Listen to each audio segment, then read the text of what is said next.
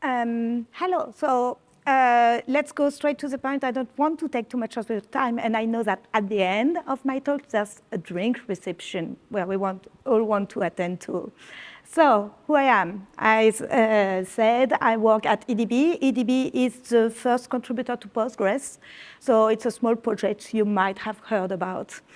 As I had so much free time, I'm also a university teacher, teaching databases, and one of my proudest achievements is since I teach in that particular university, they dropped Oracle, they don't teach Oracle at all, and they don't use Oracle at all.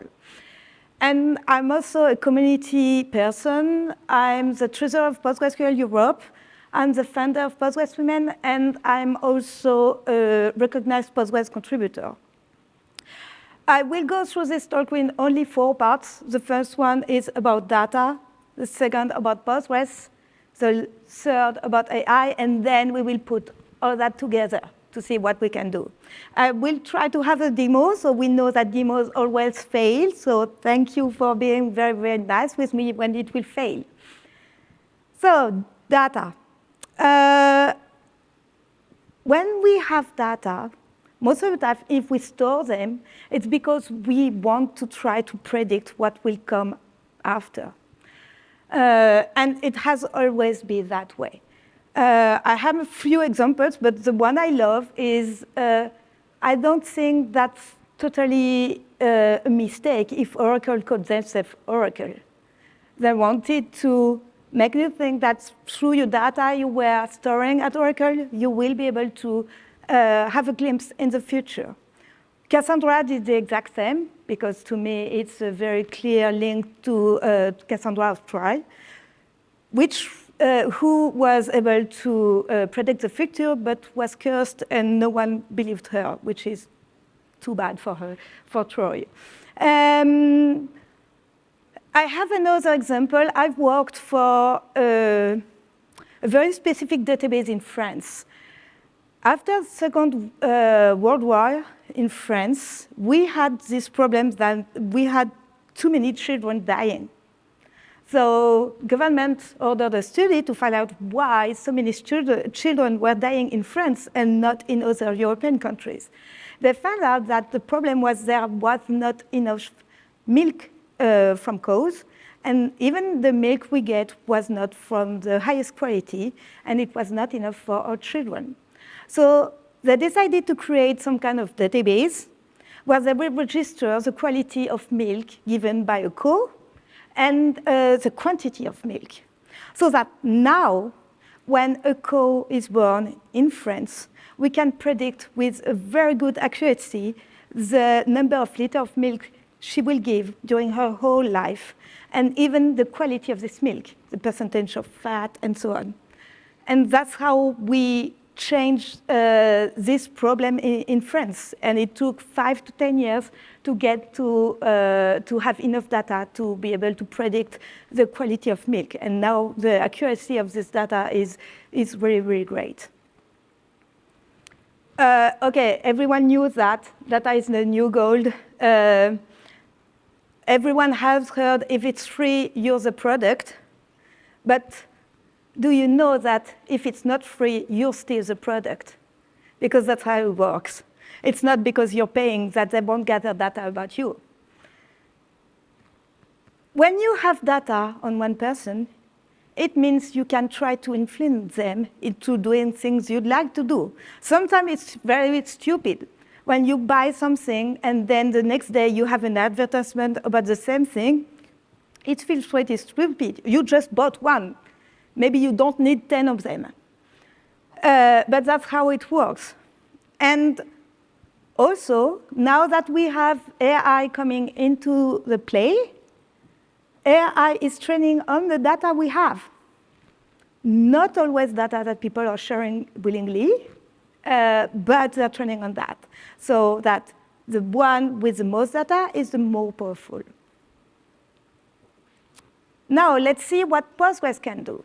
So, as I said, Postgres is an open source project, and it's very old. First design note on Postgres is from 1986. So this project has more than 30 years. And the developers on this project are very, very experimented. This project is also very popular. I don't know if you know, but Stack Overflow, they do a survey each year. And the survey is filled by 100K developers or techies. And it's been 2 years in a row that Postgres has been elected the most popular RDBMS, the most admired and desired, and also the most worked with and willing to work with. So Postgres is popular amongst of techies. And I like to think, maybe I'm wrong, but I like to think that it's because you can trust Postgres. When you run Postgres, it won't fail you. And Postgres is stable because of the quality of code we have. If you haven't looked at any C code of Postgres, go see the Postgres project on postgresql.org, well, git.postgresql.org, then you will be able to find the code. And I really encourage you to read it. Even though you can't read C, you will understand how clean is the code and how commented, how each time you want to provide a patch to Postgres, you have to create the documentation. You have to explain not what your code is doing on the comment. You will explain why you picked that design over another one, and so on. Also, just to make sure that Postgres stays stable, when there's a new version of Postgres, we can remove features if the project thinks that it's not stable enough. And that's something we did at least for Postgres 15 last year and Postgres 16 this year. So that's not something we just say, that's something we do.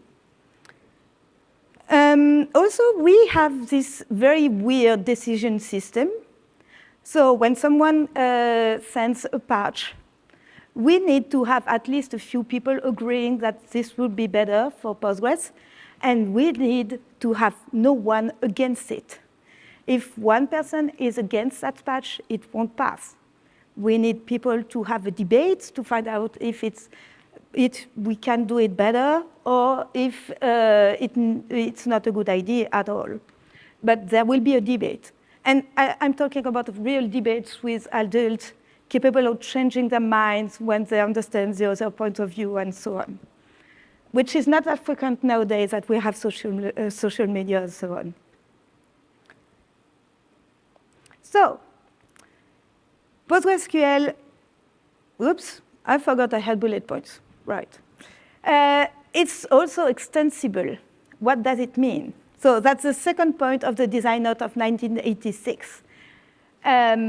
Michael Stombracker, the creator of Postgres, so he got a Turing Award for his work in databases. He states that the point 2 is to provide user extensibility for data types, operators, and access methods. And also, he explains later that the second goal for Postgres is to make it easier to extend the DBMS so that it can be used in new application domains. It means that what Michael Stombracker said is we have no idea how the databases will be used in 20, 30, 40 years. So let's create something that we can easily change so that it can adapt to the new usage of databases in the future. That's exactly what has been done. Also, Postgres is very generic, thanks to the extensibility. By nature, it's already generic. You can use it for transactional data, for data warehouse, for full text, for documents.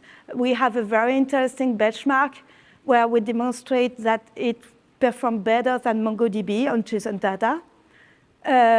But you can add any extension to make it even more adaptable to other use cases. And that's the case for AI. And actually, the previous speaker spoke about pgvector. pgvector is a way to make Postgres talk AI.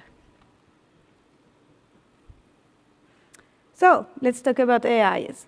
I'm a techie. I don't like when there are trends because I think that tech should be about tech, and we shouldn't pick a tech because it's the latest buzzword. It's not always the case, but in that case, I don't think that we can say, oh, AI is just a trend and it will go away. That won't work that way. It will change the way we work. It will stay. It does not make, it does everything.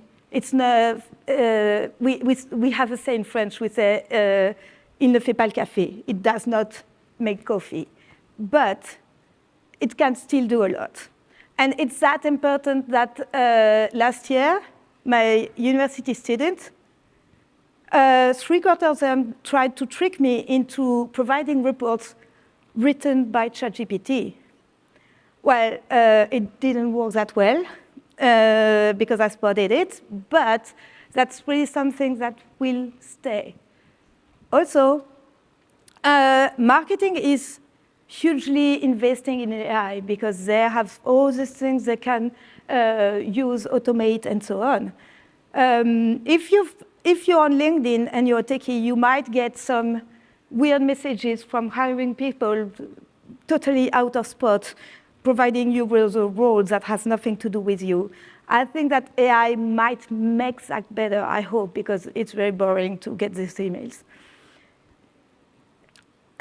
Also, I'd like to underline that AI is not new. When I was in school, and I'm not that young, I worked on a neural network in 2003, where we were creating a neural network able to play checkers. We trained that model for 3 to 4 weeks, so we had to say that it couldn't play more than 20 moves. And it was very good. Actually, we beat the teachers with the neural network we created.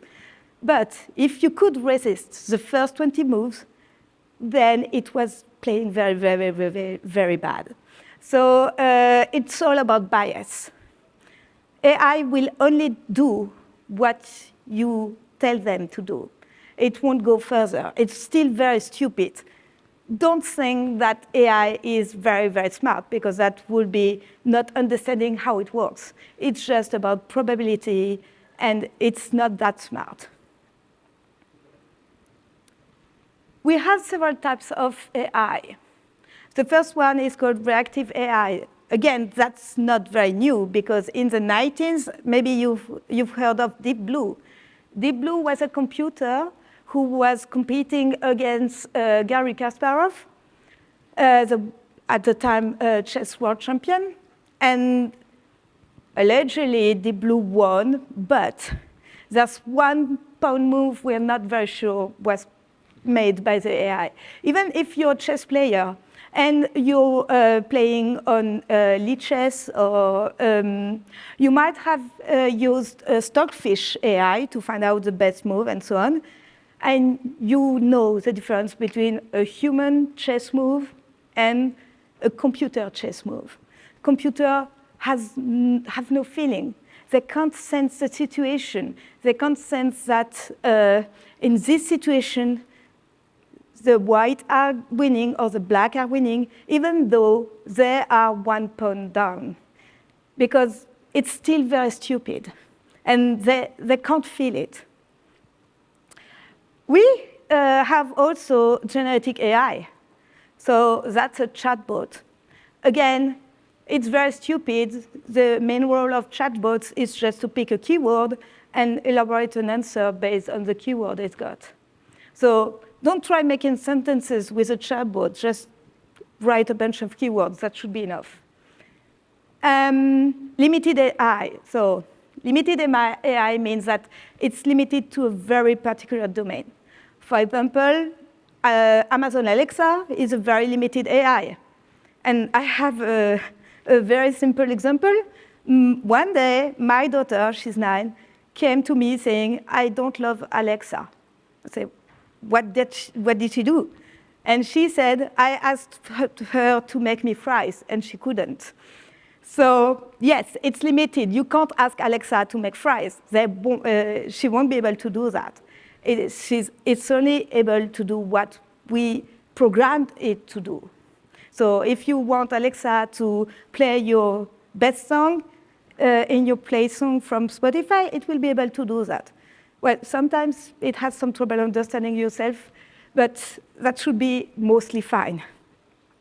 But don't ask too much from Alexa. Also, another example of limited AI is fraud detection. I work in the bank and finance industry, and I've seen a lot of them. We're trying to find patterns that are suspicious. But afterwards, there's a human checking if it's actually a fraud or just a suspicion of fraud, because we can't let a computer decide that. And then we have the super smart AI. What is that? It's a fantasy out of any TV show, movie, or whatever, where AI is way smarter than any human, can answer any question without hallucination, without misunderstanding you, and so on. Even though you have trouble speaking and so on, it will understand you, it will go through everything. It does not exist yet, and for a long time. So I'm pretty cool with that. As long as we don't have it, I'm fine with my job. I will have a work. So let's try to put everything together. What can we do with Postgres and AI? So first, it's a new world. There's a lot of exploration to do, so don't be afraid. Go on, explore. It's very fun. And that's a fun part of tech, exploring new things, playing with new toys. So don't be afraid of that. We talked about the PG vector extension. It's major in Postgres and AI. It will calculate embeddings, and it will do similarity searches based on embeddings. Also, we have now hierarchical navigable small word indexes, which is great because it means that it will make queries using similarity faster. And we want that. We want the queries to be faster, always. It works for images and text storing vectors. So it will try to find similarities. I have a demo later. You will see that sometimes it does not work that way. I have another example for you, EvaDB. It's kind of a layer on top of your database, and then you can connect to the database to have an EvaDB recreate an SQL query based on pretend models, Hugging Face, OpenAI, YOLO, PyTorch, and so on. And then you will be able, so you will connect through EvaDB. You won't connect directly to Postgres. But it can use Postgres for that usage. So this is the very well-known Chihuahua challenge. The question is, can AI make the difference between a Chihuahua and a muffin? So I wrote some code. Of course, it's not on the right screen. Here it is. I already trained the model. Training was very simple. I calculated embeddings on more than 500 images of Chihuahua, more than 500 images of muffins, store that in my database. And now I will ask for some participation of the audience. Could you please, oops, it's not on the right. OK, let's do it that way. So here, can someone give me a letter and a number, letter between A and D, a number between A and 1 and 4, and then we will ask Postgres if it's a Chihuahua or a muffin. Anyone? Someone raise their hand. That's more polite. Let's go. We will do 2. OK. D4? OK. B4. OK. So that will be for me, 4B for me, because I did the number first, but that's fine. So here, to make it simple, I used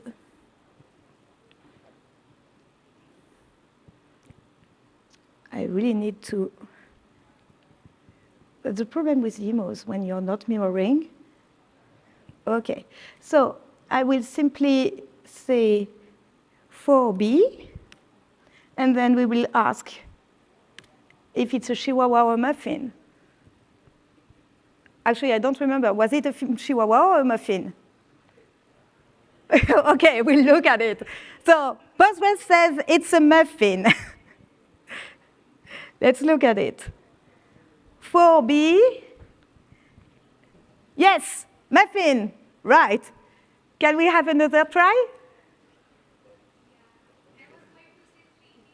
3D? Yeah.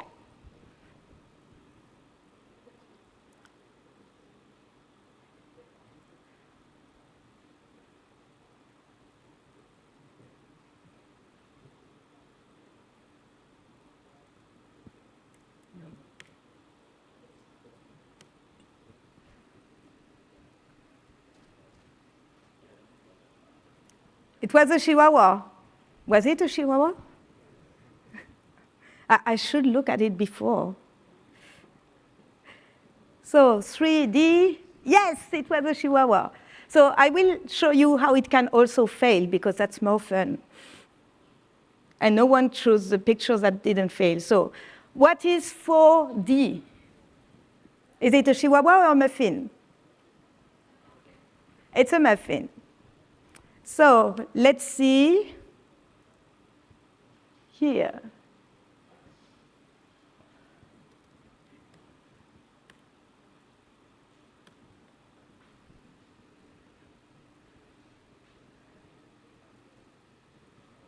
Oh, yeah. As I said, AI are really stupid, so don't trust them. Also, if you do some kind of minority report on that and you take the first 3 answers instead of the first one, then you will have Chihuahua, muffin, muffin. So it's not that bad. It's just that, yeah, it's still stupid. I wanted to demonstrate how stupid it was, because it's pretty obvious for a human that it's a muffin.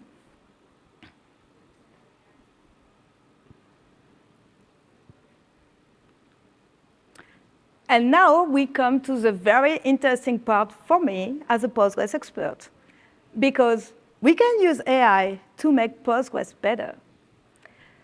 I don't know if you tried optimizing a Postgres database, but you might know that it's not that obvious. Of course, there are some cases where it's very, very easy.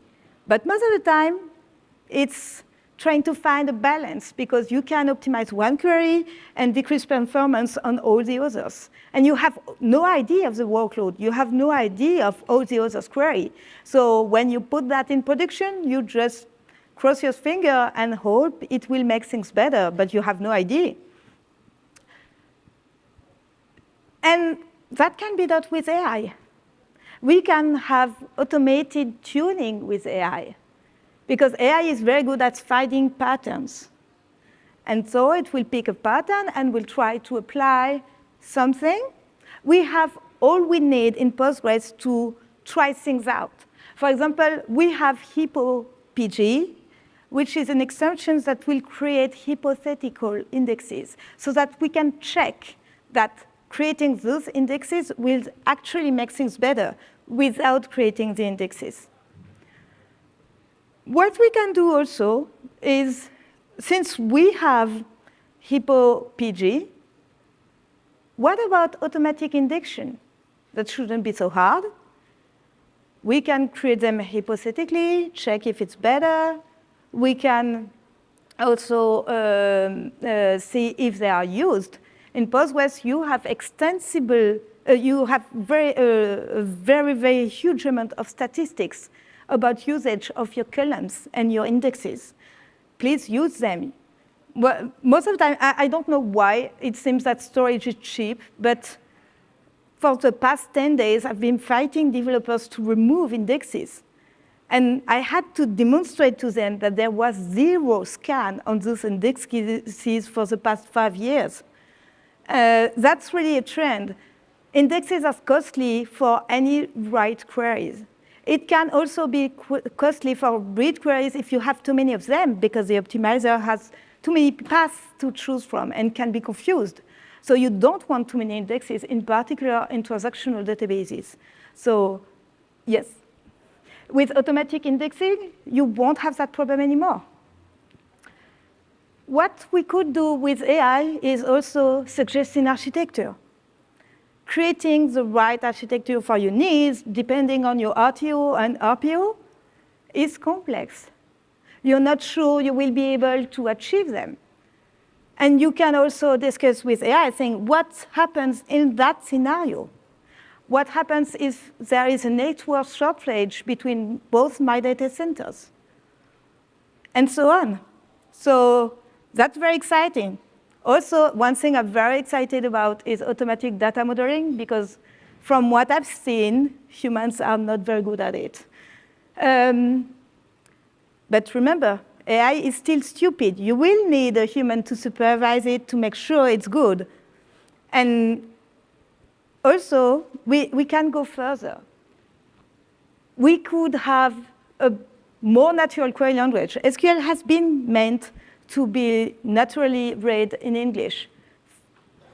It was the case when it was created during the 80s. Now it's a little more complicated.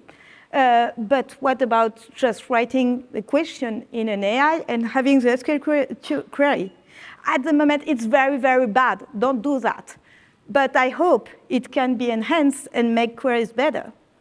What if you want to migrate from Oracle to Postgres and you need to rewrite a bunch of procedures? Could we automate that with AI? I do think so. Because, again, that's something where you have patterns and you know exactly where you're going. So that's something where AI can help. And guess what? That's something we're working on with EDB. And we will release a new product in Q2, including some of these features. I'm really excited about that. So thank you. This is the end of my talk.